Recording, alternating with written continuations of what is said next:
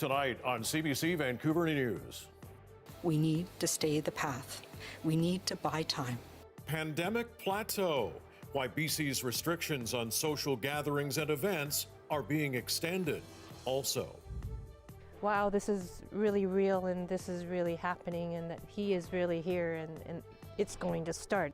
the Dutchman charged in the Amanda Todd case has been extradited to Canada. Hey guys. Why he wants to appear in a BC court. And now my condition allows me to have this vaccine. Maybe tomorrow it won't be possible. how the COVID vaccine rollout is preventing a North Van mom from getting cancer treatment that could save her life. This is CBC Vancouver News.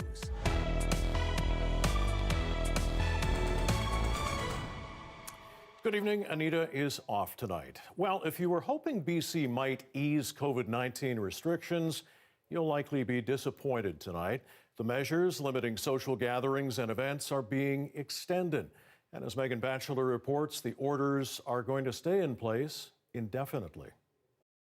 We are bending our curve, slowly and steadily. Some rare optimism from Dr. Bonnie Henry. That said, BC's top doctor is extending current restrictions on gatherings and travel. We need to use this time to buy ourselves more time. The goal? To bring the number of COVID-19 cases down further and get the vaccine rollout back on track after supply issues. Variants of the deadly virus also have Dr. Henry and some people concerned. We've been able to maintain things over here, and it seems like, we do need to start having things trend in the right direction, and I think the restrictions are just fine. Gatherings have been limited to those inside British Columbians' households, and non-essential travel has been discouraged since November. Extending the restrictions is getting mixed reaction. I think people are kind of over it, but I guess if it's helping, then I think everyone's doing their best. Do you think it's necessary to keep the social distance? I do, unfortunately. I mean, I know lots of people won't like that answer, but I do. For now, it's good news. Bar and restaurant owners were concerned today's announcement would also come with a snap decision around Super Bowl Sunday, similar to the restriction on liquor sales after 8 p.m. that was imposed on December 30th. While they were relieved they can stay open Sunday, it will be a very different Super Bowl watching experience. We haven't been able to take reservations. We haven't been able to promote it. We're not allowed to do specials. We're not allowed to discount anything. We're not allowed to give anything away. We're not allowed to we can show it, but we can't do anything. There is no end date for the restrictions on gathering sizes. Dr. Henry says she will be watching for a steady decline in cases before considering allowing British Columbians a safe 6 social bubble once again. Megan Batchelor, CBC News, Vancouver. And as we heard from Megan, Dr. Henry is also worried about variants of the virus spreading in our province. Variants from South Africa and the UK have turned up now in 28 samples, but so far, spread of the more transmissible versions have been contained. Henry says vaccinations and current restrictions will buy time to flatten the curve and keep case counts low, while also ensure that healthcare systems have room to respond if there's a spike. What is concerning, she says, the new variants have the potential to lead to rapid transmission. In our network, or a slight increase in our contacts or risky contacts with others can quickly counteract all of our progress and work, especially with that increasing information we have about these more transmissible variants. The province has stepped up surveillance and is targeting outbreaks for the variants. 14 of the UK cases were connected to people who'd traveled internationally. Officials don't know where people caught the virus in 5 cases of the South African variant. As for BC's overall case count, it remains flat, but 6 more people have died in our province. The virus has now killed 1,246 people here. Since yesterday's update, there are another 471 new cases. The province is likely to surpass 70,000 total cases over the weekend. Of those, just over 4,400 are active, and there are 253 people currently in hospital with the virus, 70 of those patients in critical or intensive care in self-isolation.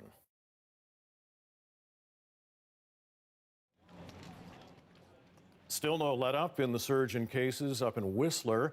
547 people tested positive over the last month. That's more than double the case count in all of 2020.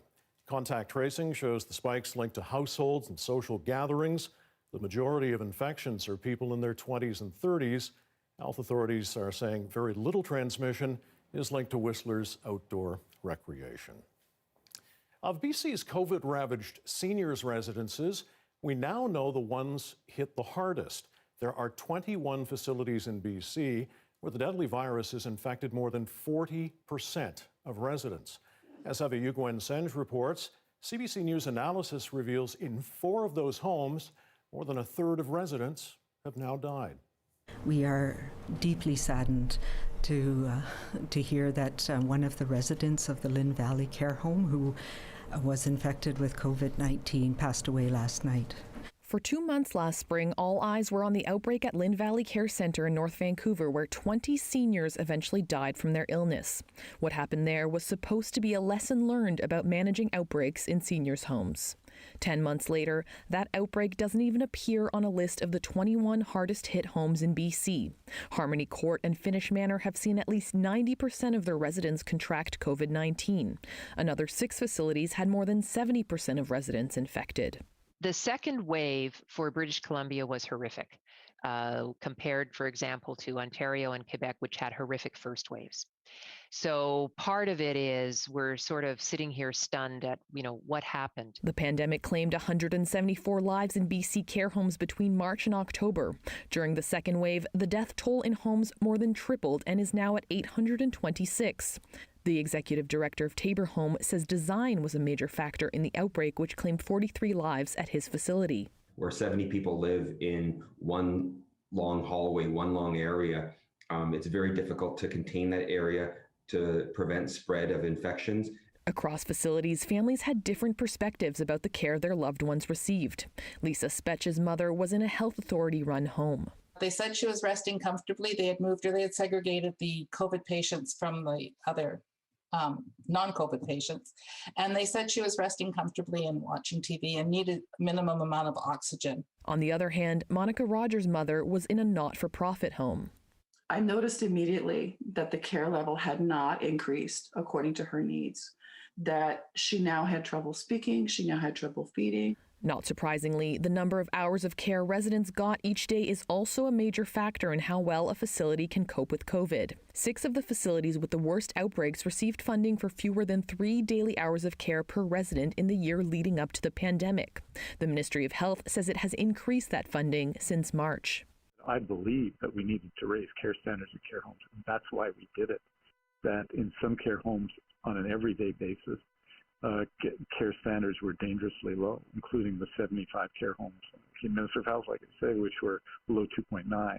However, the seniors advocate says there are discrepancies in how that funding is used between for-profit and not-for-profit homes.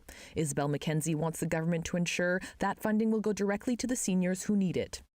Eva Yugwen-Senge, CBC News, Vancouver. A North Vancouver mother of 4 is desperate for a liver transplant in the hopes it may save her life. She says ahead of the surgery, she needs the COVID-19 vaccine. But at the age of 39, she's been told, wait your turn. Our Julie Landry from Radio-Canada has more on her story tonight. So, Julie, why does she want the vaccine and why right now? Because my time is ticking for her. Stephanie Cameron Anctil has a deadly cancer. It's neuroendocrine tumor with liver metastasis, and it might not look like it when you see her with her children, but it is deadly, and her only hope is a liver transplant. She is on the active list for liver transplant right now. It could happen anytime. What she wants is the vaccine now, because after the transplant, she will be on immunosuppressant, and it will then have to wait a long time before getting it. Right now I'm healthy, and part of the liver transplant process, we have to have all our vaccination up to date. And for me, the COVID is the most important one, way before polio or typhoid fever or whatever. So now my condition allows me to have this vaccine, and in the future, maybe tomorrow, it won't be possible. To clarify, the COVID vaccine isn't mandatory to have the surgery, but it is highly suggested by her doctors. The mother of 4 is already stressed, and the pandemic just added to that stress. It's been a huge chaos. As you know, all surgery have been postponed, all cancer treatment have been postponed. It's been a very stressful time, and having 4 kids in young age, the COVID just bring a very hard card to all this equation. It's certainly a unique case, Julie, and why wouldn't she be on a priority list for the vaccine given her needs here? Well, when there's a shortage, hard decisions have to be made. The problem is that transplant patients, the one who are waiting and the one who has their transplant, well, it's unknown how efficient or protective the vaccine is. And if we're talking about a shortage of vaccine supplies, the last thing we really want to do is to give a vaccine to somebody who is going to imminently get transplanted and have their immune system suppressed to preserve that transplant. And then that dose of vaccine ends up being ineffective or in a way wasted. The Department of Health is telling me, well, extremely vulnerable people will get the vaccine in phase 3 around April. Dr. Bonnie Henry said in a press conference that there is space to study specific cases like Stephanie's, but she referred to that list again, and Stephanie's not on that list. There might be some hope. Now the vaccines that we have are only enough to protect those who are most vulnerable, and thankfully they work well in that group of people. So there will be more changes and updating to our immunization plan if and when more vaccines become available. But it might be too late for Stephanie Cameron-Anctil. She did write to the health department, and she's waiting for an answer and waiting for her transplant. Mike? All right, well, we hope things work out. Julie, thanks very much. Julie Landry from Radio Canada reporting tonight. And possibly some good news tonight for the North Van mom. We have just learned a short time ago, the Ministry of Health confirming people receiving organ transplants in the near future will be eligible for the COVID vaccination, as Julie said, part of phase 3. That phase is supposed to begin in April. The strategy to reach those patients is now in development.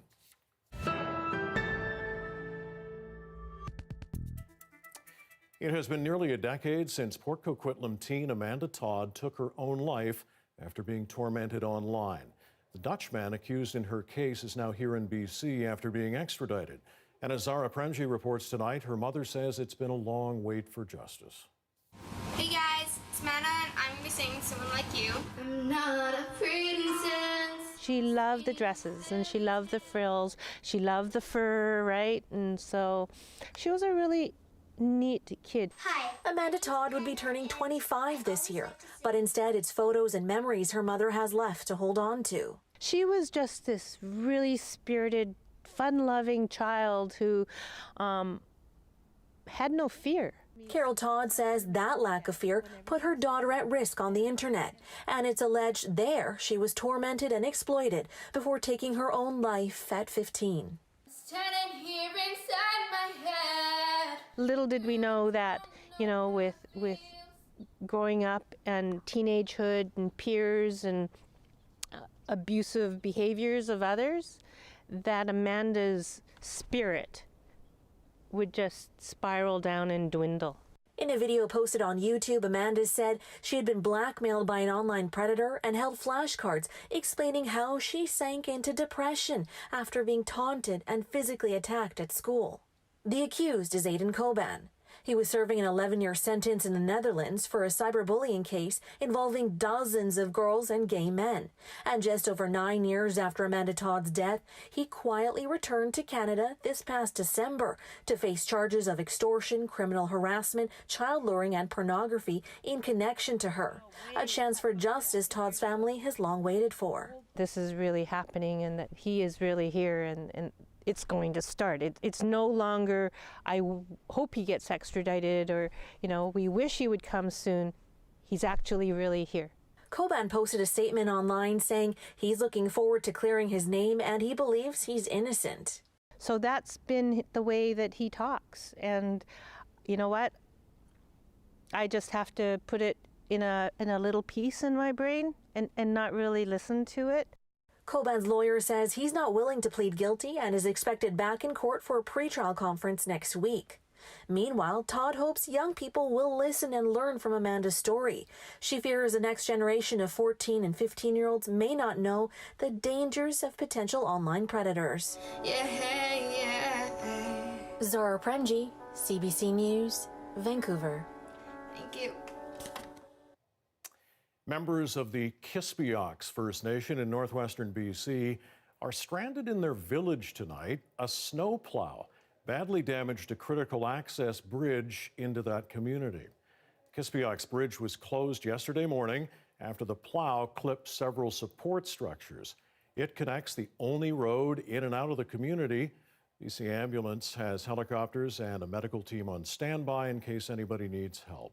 The Ministry of Transportation is working on opening a nearby Forest Service Road where they plan to use a pilot car to transport people to helicopter landing sites at Kispiox Ballfield.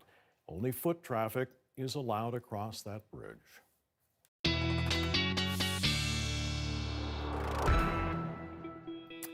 Our first check of the forecast now. Johanna Wagstaffe is here. The weekend is here. And what do you got? I got a bit of everything for everyone, Mike. Yeah, I am actually quite surprised at how much weather we are going to cram into a 2-day weekend. It's good weather, though. If people were longing for the blue skies and crisp temperatures, that is around the corner. But first, we have to get through one more rainy night and rainy start to our Saturday. Take a look at the satellite shot. Anyone out there in the past hour would have seen that spectacular sunset, ultra-cumulus. We've got some pictures for you of that for you at the end of the show if you did miss that. Clouding up as we speak thanks to this system that is sliding down our coast. This is bringing fresh moisture. In fact, snowfall warnings in place for inland coastal sections around Bella Coola, 10 to 15 centimeters overnight and tomorrow. It's a fast-moving system. Watch as I take you through the overnight forecast. So increasing cloud thickening up, rain to start pre-dawn hours for Metro Vancouver. Snow levels will be low enough that we'll get some good snow on the locals and the mountain passes, but it's a rain story for us. But look at that. By the early morning hours, already seeing clearing skies. I think we should, or at least drying skies, we should get to the sun by the afternoon on Saturday. That will be in advance of a big cool down I'm going to tell you more about. The coldest air of the season yet. It's like winter suddenly realized that it's winter. So more on that later on in the show, but a Good Friday story. The pandemic, of course, has made it hard to connect with our loved ones, especially those living in long-term care homes. But a facility in New Westminster found a safe way for residents to meet face-to-face with their relatives. Yeah, Queen's Park Long-Term Care Center transformed an old shipping container into a meeting room. Here's a look at how the new space is already making an impact. I thought it would help. I thought she'd enjoy just the chance to have an extra visit. But it did more than that. She was talking about it with the care home people for a couple of days afterwards and mentioned it to me the next time I met her one-on-one. She was like, "Oh, I've been to the container. It was a lovely time. I have a lovely family." She just was fixated on it, but kind of in a really good way. And I'd never heard her recall something from a day or two ago since the pandemic started. Hi, Nan. How's it going? Hi, Nan. It's a confusing time, isn't it? With this container, they just thought up a new option, which is amazing. There's a glass partition in the middle of it so that you put your you don't put your loved one at risk. And then it's set out kind of like a living room or something, like some cozy chairs, three people max on each side. There's usually one care worker with the resident, and then you can bring up to 3 people in. So just to have a foothold in real life, in life back how it used to be with dignity, and it's especially moving to me because we're all in the same position that the care home residents are here to some extent, by being locked down, by being kind of afraid, by really thinking about our health and how we can protect one another and who we rely on and who's essential and who to express gratitude to. This is a thought project that we're all part of right now. You have a very special relationship with him, don't you? Yeah. Yeah, and he loves you very much. So I think it's just it's like good exercise for her emotional engagement, and that something simple and fairly affordable could, because it's not just my grandma, obviously, it'll be, hundreds of residents at that one care home alone. Innovative visit for sure. Just a reminder, you can also watch our newscasts live on CBC Gem. CBC Vancouver is also on Facebook, YouTube, and Instagram. Denied bail. Former fashion mogul Peter Nygard won't be coming out of jail. Why the judge says he's a risk. Coming up.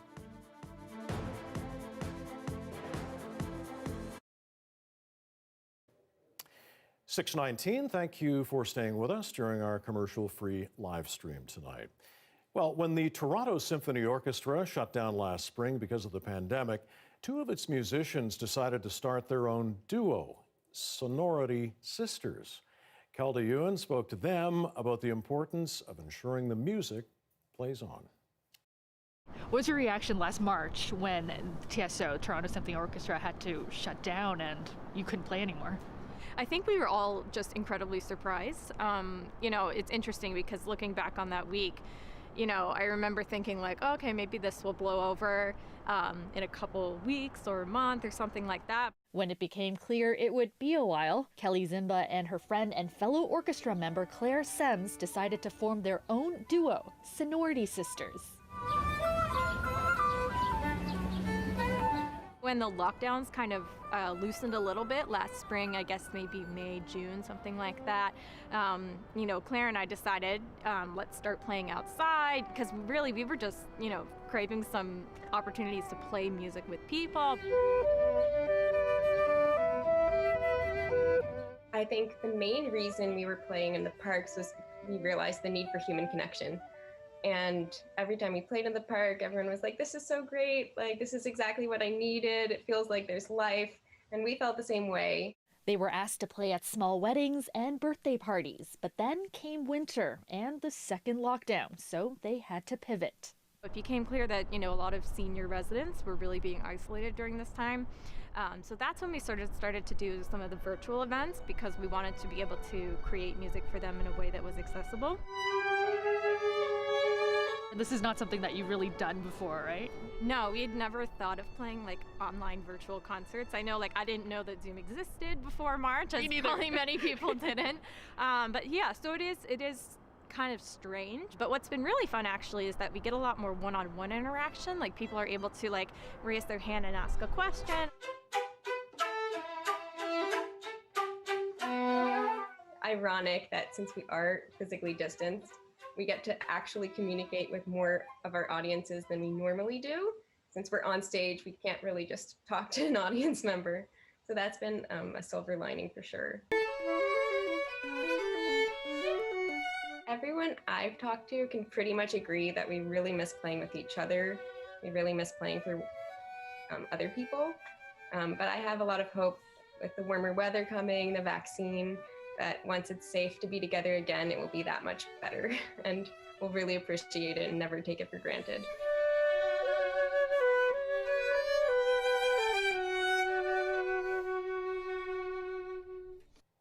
That still sounds good. All right, Canadian actor Christopher Plummer has passed away. In just a couple of seconds, a look back on his remarkable career and his remarkable life. Until then, enjoy the view of downtown Vancouver as we head into the weekend.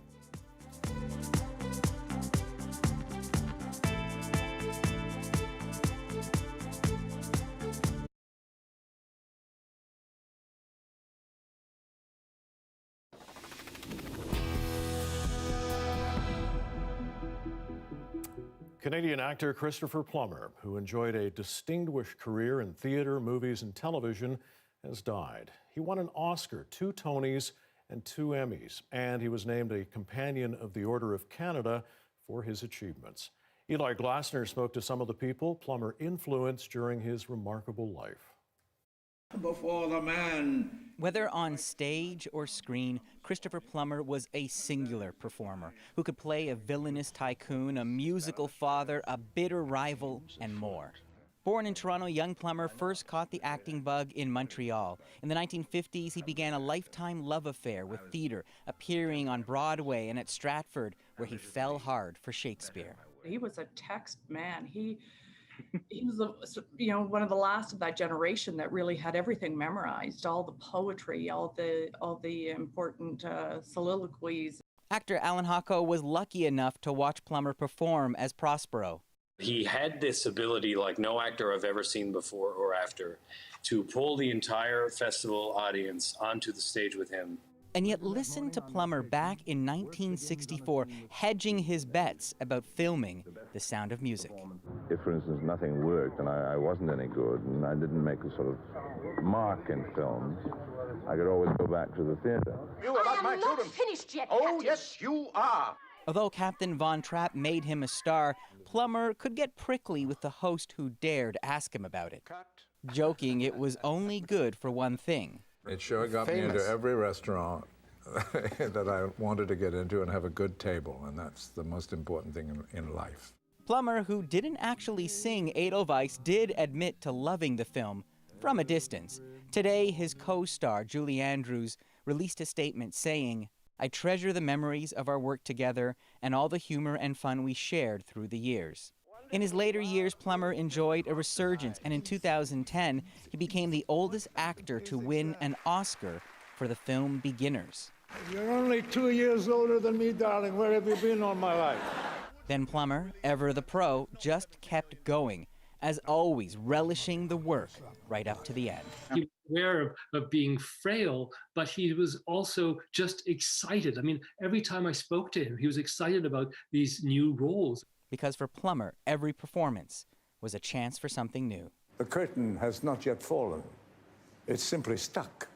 Eli Glasner, CBC News, Toronto.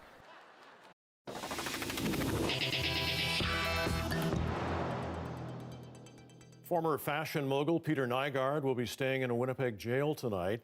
A judge denied bail for the 79-year-old charged with sex trafficking over a 25-year period. CBC's Caroline Bargu has more on the judge's decision and why Nygard's son is relieved his father will remain behind bars. In a 30-minute oral decision delivered in Manitoba's Court of Queen's Bench, Justice Sean Greenberg laid out her concerns in this case. She called Peter Nygard a flight risk with a history of disobeying court orders. She said the 79-year-old fashion designer missed 5 court hearings in a civil lawsuit in the Bahamas and was convicted of contempt of court. An arrest warrant was issued for him there, but Nygard never returned to the island. He said he was too sick to fly, even though he traveled to Los Angeles. Nygard's son, Kai Zen Bickle, says he prepared himself for either outcome, but was relieved to hear his father would remain in custody. Now that he's tasted prison, that he's been arrested, that he's sat behind those walls, if you were to let him out, there is no way that this guy is going to sit there and not be plotting a way to get the heck out of the country. Nygard's lawyers argued he was at risk of getting COVID-19 in jail and should be released. Their bail plan included 24/7 video monitoring and daily check-ins. Justice Greenberg said it wouldn't prevent him from contacting witnesses or having others contact them, and expressed concerns about possible witness tampering. Nygard had no reaction to the decision and may not have realized he was denied bail. Winnipeg immigration lawyer Alistair Clark says based on the evidence in this case, he wasn't surprised by the judge's decision, especially since there's extradition on the line. And this could really look bad on Canada if the Canadian justice system is not able to comply with our international obligations. Nygard has been charged with sex trafficking and racketeering in the U.S. Nygard can appeal the bail decision, and a spokesperson for the Attorney General of Canada says there is an automatic bail review every 90 days. A pretrial hearing will be held on April 14th to discuss court dates and next steps. After that, the extradition process could take between 2 and 10 years. Caroline Bargood, CBC News, Winnipeg. An arrest by an Ontario police officer caught on camera is under investigation tonight. Witnesses say a 20-year-old ran a red light on his skateboard. He was then pinned by an officer who hit him several times. Ali Chiasson has the latest from Barrie and a warning this video is disturbing. This cell phone video was posted to Facebook yesterday afternoon. A Barrie police officer has a 20-year-old man pinned to the ground. Witnesses shout, and the man being arrested responds. Dear, I know, man, it's scary. Just take it easy.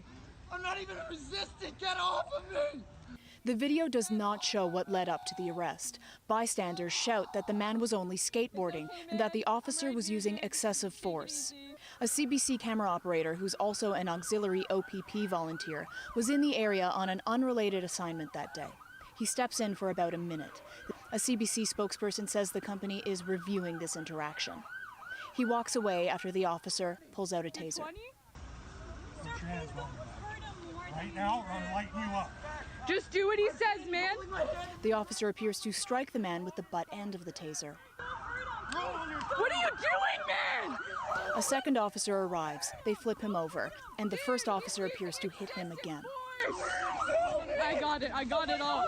The Special Investigations Unit has not invoked its mandate. It does so when serious injury is caused to a civilian by a police officer.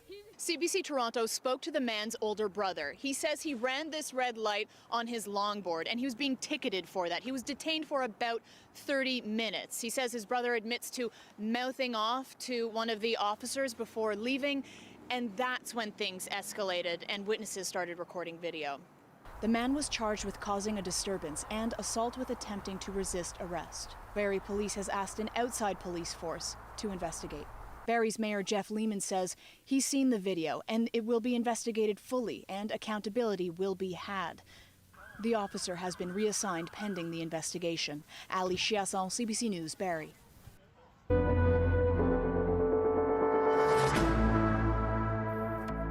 The emergence of COVID-19 variants has some health professionals questioning common activities and their perceived level of risk. And according to one expert, masks, physical distancing, and hand washing are still effective, but some adjustments may be necessary.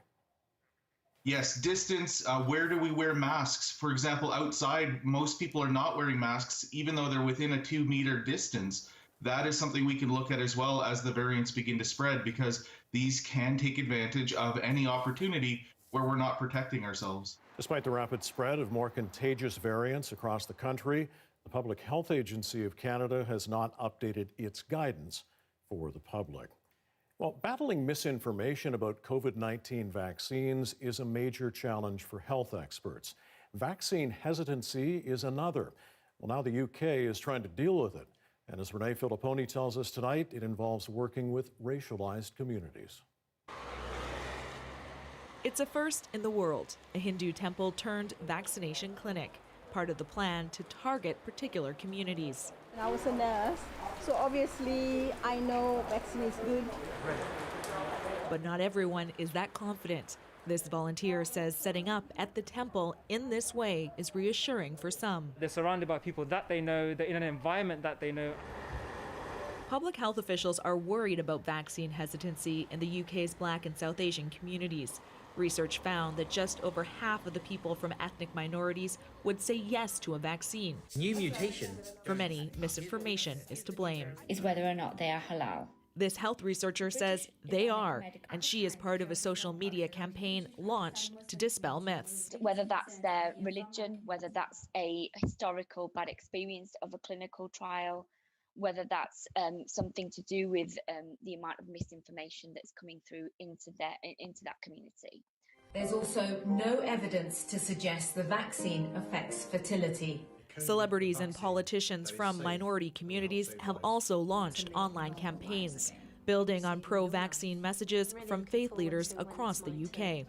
This advocate says battling misinformation is one part, but she also wishes the minority community so hard hit was prioritized in the rollout. So that vaccination policy, in my mind, is unethical, because if you just apply it on age, you are not acknowledging the risk and the overexposure of Black and minority groups. At a clinic in a Birmingham mosque, 500 shots a day are delivered, along with a message that's been echoed at Friday prayers. We are saying big no to fake news. And number two, we are saying big yes to vaccine. With the hopes anyone offered will roll up their sleeve. Renee Filipponi, CBC News, London. When his great-aunt died, this young man grew his hair out in her honor for 1 year and to raise money. Dalton West's inspiring story coming up.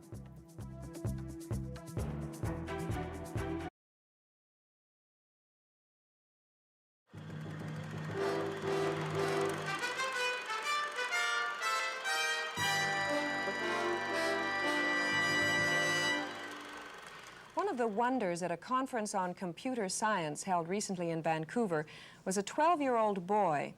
When he arrived on the scene, he plunked down the $85 registration fee and set about the latest in computer technology.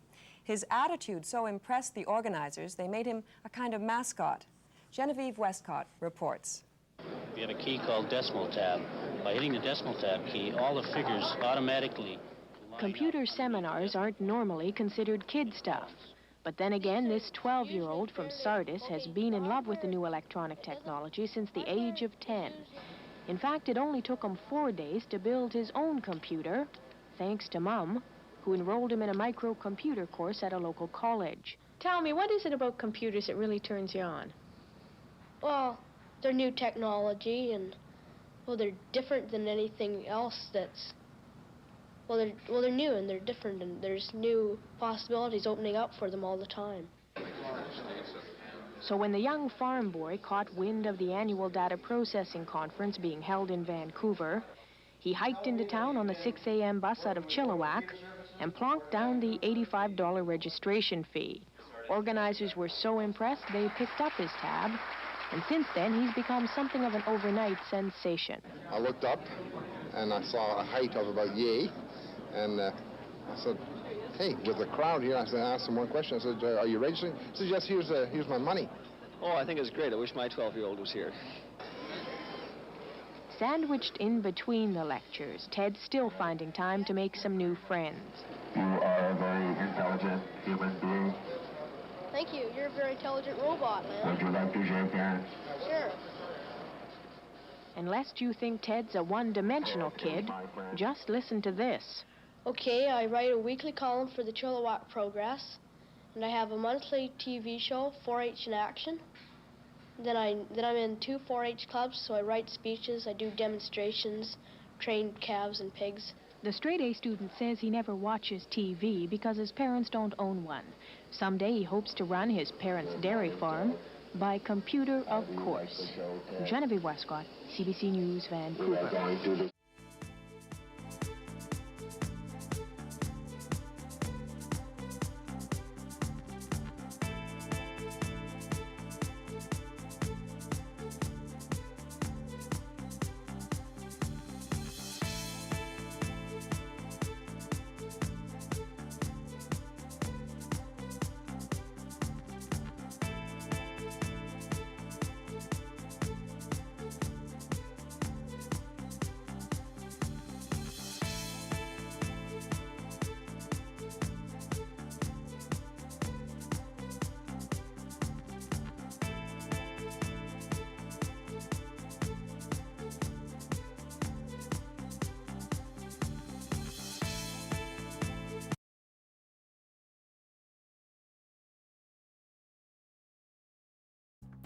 Some of the stories we're following tonight on CBC Vancouver News.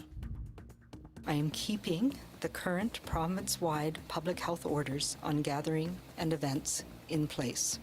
And those restrictions are being extended indefinitely. Dr. Bonnie Henry says although there are encouraging signs that the rate of infections is ebbing, the threat of more contagious variants means keeping people apart. There are 471 new cases in BC tonight and 6 more deaths. It's no longer, I hope he gets extradited, or, we wish he would come soon. He's actually really here. The Dutch man accused of tormenting and extorting Amanda Todd online before the teen killed herself back in 2012 has been extradited to Canada. Aidan Coban's lawyer says he wanted to come here to clear his name. He'll be in New Westminster Court next Friday. Aquaculture workers say they are facing a bleak future following Ottawa's decision to phase out fish farms in BC's Discovery Islands. Estimates show the closures could lead to the loss of as many as 1,500 jobs. Kieran Odshorn was in Campbell River to hear the community's concerns. Oh my! Look up there! There's a lot of birds. For Paul Pattison, fish farming is a family affair. Both he and his wife work in the industry, so does his brother, his mother-in-law, sister-in-law, and his cousins. But with the Discovery Island farms ordered by the federal government to close in 18 months, All of their jobs are in jeopardy. I'm still in a sense of absolute disbelief that this is happening. Pattison grew up in Campbell River. His family worked in coal mines, but when that industry died, he became a fish farmer. And now the future of his family staying in Campbell River is up in the air again. I'll have to leave home. I'll have to take my family and probably uproot and go find where I can find meaningful work. A lot of times when we think about aquaculture, we think about the farms, the fishermen, the people working out on the water, 5 to 10 people on shifts.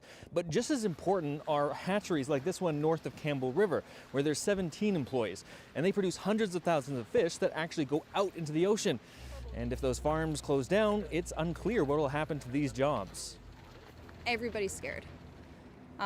The fact that there hasn't been a lot of information, and I bought a house, I put down roots, like this is my home now, and for a decision to be made like that and not have any further guidance is extremely frustrating. The Big Tree Creek Hatchery is one of 3 that are owned by Mowi on Vancouver Island, and they operate on a 5-year schedule, growing hundreds of thousands of Atlantic salmon from tiny little fry all the way up to 6-inch smolts. But with the federal government banning any restocking of the Discovery Island farms, all of these fish will be culled. We have nowhere to put these fish. So unfortunately, instead of it being 8.3 million meals provided to people to eat, we're going to have to cull these fish. The ripple effects go even further. Mowi says that the farms in the Discovery Islands represent about 30% of their business in the province, and that losing that much production threatens their entire business model. That means that jobs on the mainland at the processing plant in Surrey are also on the chopping block. But not everyone agrees that the focus should be on the economic loss. Hamalco Chief Darren Blaney says that his nation's culture and food security are at risk as well. And we've been fighting this for a long time because we could see the decline in the impacts on the salmon stocks. And, you know, more than jobs, we were getting less and less of our food fish, our food, social, and ceremonial. Blaney says that workers can be retrained and be put to work rebuilding the wild salmon stock. But for Pattison and his family, after watching the decline of logging, mining, and pulp mills in Campbell River, the closing of the Discovery Island farms feels like it may be the final nail in the coffin. Kieran Altron, CBC News, Campbell River. It was one of Canada's first black communities on the prairies, and now a stamp honors Alberta's Amber Valley. We speak to one of its descendants next. And at 6:42 on this Friday evening, a live look at downtown Vancouver tonight, up north on Cambie Street. And there is a touch more rain in tonight's forecast, but the sun is going to come out. Not tonight, tomorrow. Yes, sun for the weekend. Johanna has details and details next.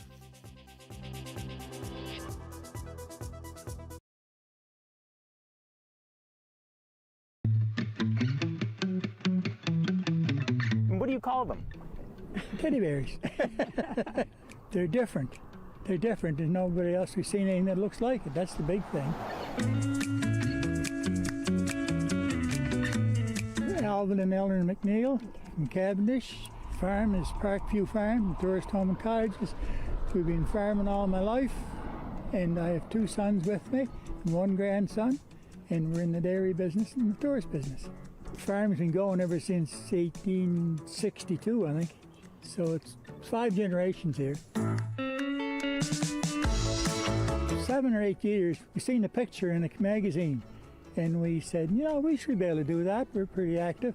So anyway, we tried them, and they turned out, and they're very popular. We get a lot of spectators. They're straw bales, and if anybody's going to build them, you have to start in harvest time, because when you start baling the straw, you have to make a few big ones, same as we're using, and then you need some more, a little bit bigger, smaller I mean, and then when you get them done, you got to make another bunch of the small ones for the top, and then you set them aside, and when it's time to put them together, we start putting them up. You need a couple of tractors and loaders, and that's what they come out like.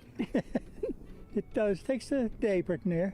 When Christmas comes, they go up with white where the Valentines are there, make them look like teddy bears, turn them into Valentines. We put the hearts up, and that's what they look like. For you, I understand, you've been married quite some time. 61 years. So Everybody have a happy Valentine's Day.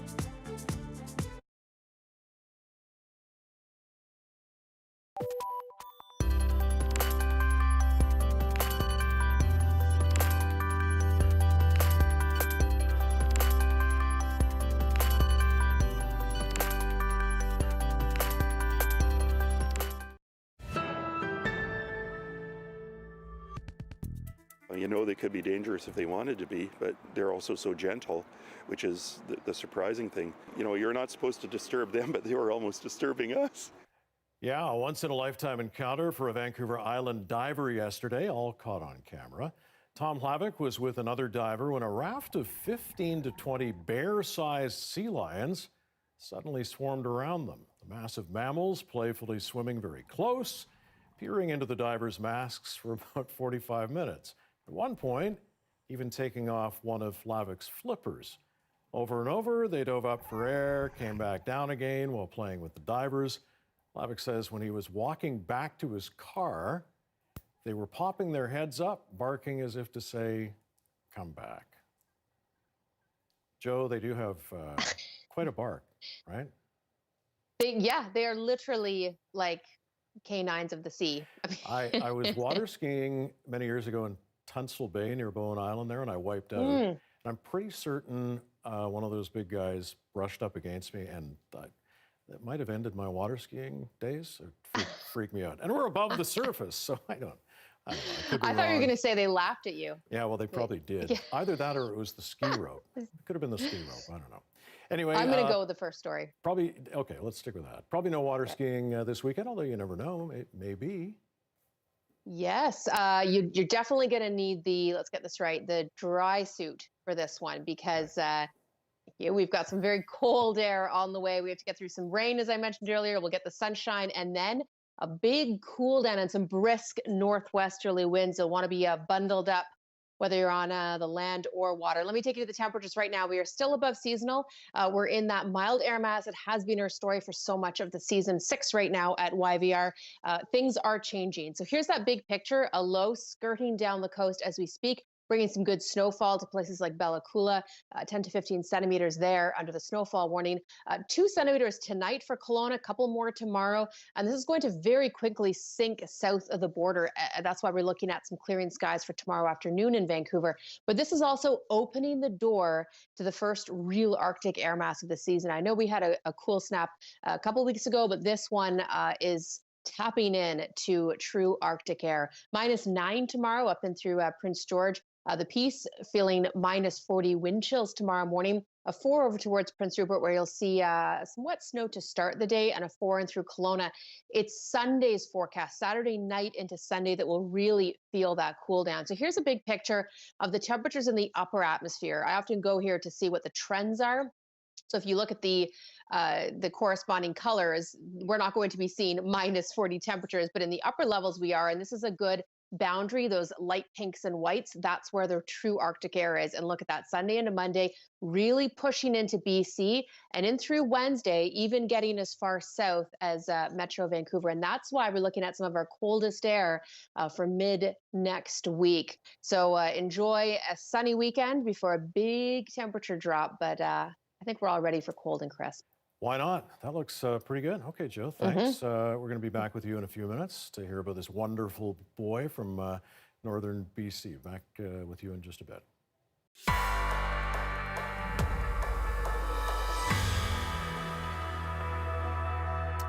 To an Alberta town now where Canada's first Black community flourished on the prairies for more than 100 years. It was 100 years ago. And it's now in the spotlight thanks to Canada Post. There isn't much left there now, but as Sandra Batson explains, its legacy lives on in a new commemorative stamp. Canada Post has issued a new stamp just in time for Black History Month. It commemorates Amber Valley, the Alberta community built by Black settlers from the United States more than 100 years ago. But this stamp depicting Alberta history has a very personal impact today. The baby is me. The baby that's sitting on the old man's knee, that's me. 87 years ago, I was about 6 months old. And the little girl standing beside him, that's my Vivian. That was my mother's baby sister. She was the youngest in the family. And the old man himself was my great-grandfather, Jordan Murphy.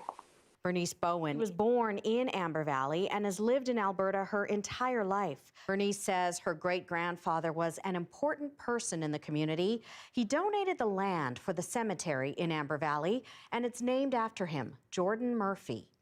So the stamp is an important symbol of their hometown. To the people from Amber Valley, it probably means quite a bit, the ones that are left. And remember, I don't know that there are any who remember him. Bernice knows still so much about Amber Valley and Athabasca. She's got lovely memories. It's just too bad that we can't record them all. The last time Bernice was in Amber Valley was 25 years ago. She says it will always be home to her, and she's just happy that the stamp is teaching Canadians about our country's Black history. But there are others living still that came along with me at the same time. There are some that are older than me that are still alive, but they're not on that stamp. So I'm not that important in the scheme of things. I just happen to be on that picture with my grandfather. That we are all equal in the eyes of God. Sandra Batson, CBC News, Edmonton. When his great-aunt died, he told his mother he wanted to honor her. She told him his tradition was to not cut their hair for a year, but his tribute went beyond that. The BC Boys' inspiring story next.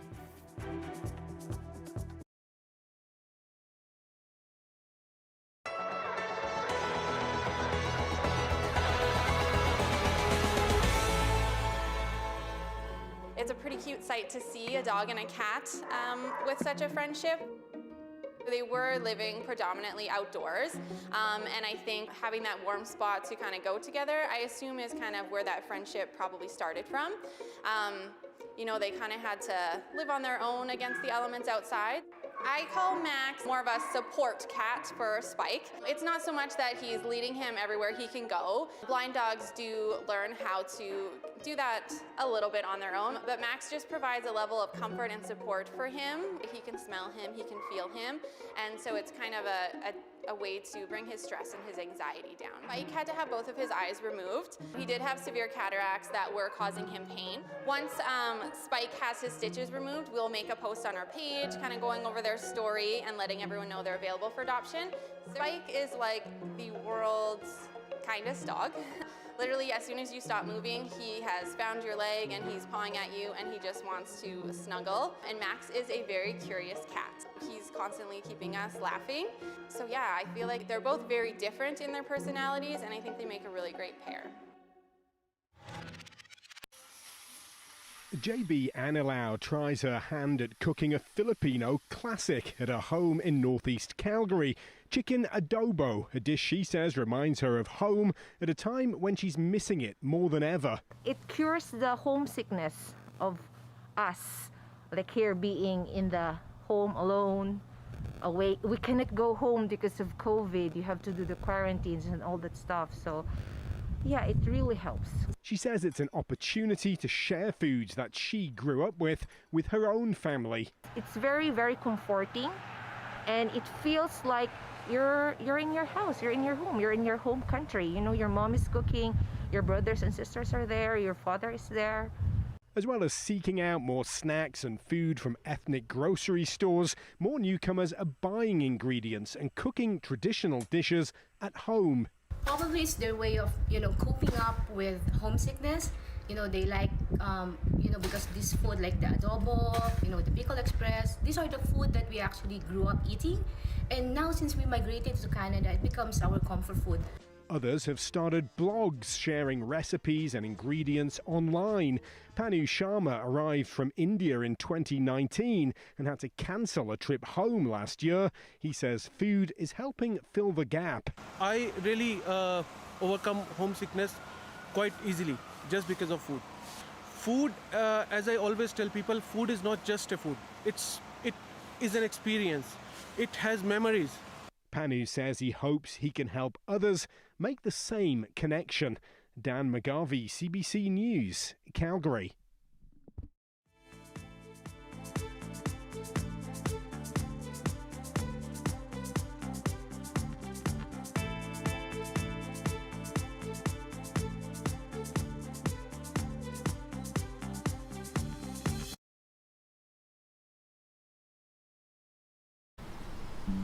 I have a confession to make. I'm not sure who I am. I'm 19, and I'm half Indigenous and half white. My name is Jeremy Redd. Pieces is a CBC British Columbia original podcast where I go on a journey to discover who I am and where I belong. There's racist stereotypes, cultural appropriation, relationships, acceptance. Pieces, arriving February 18th. Subscribe today.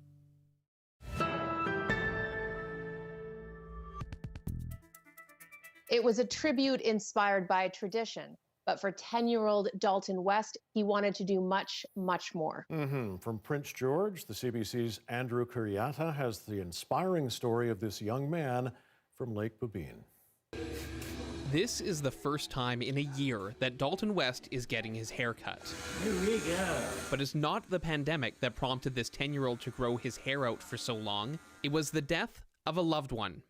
In our culture, after we lose a loved one, we grow our hair for a year. Dalton is a member of the Nikaslii-Whuthen and Lake Babine First Nations in Burns Lake, west of Prince George. His great-aunt, Roberta Alec, was a culture and language teacher who died last year of cancer after spending her final days at the hospice house in Prince George. Dalton's mom says Roberta was like a grandmother to him, so he wanted to honor her memory. After she passed, Dalton asked what we do when we lose someone close to us, someone we love. And I told him what I knew is we grow our hair for a year. And so Dalton did just that. And as the anniversary of his great-aunt's death approached, he wanted to do something special. He started asking family and friends for donations to the Hospice Society. My grandma was there when she was about to pass.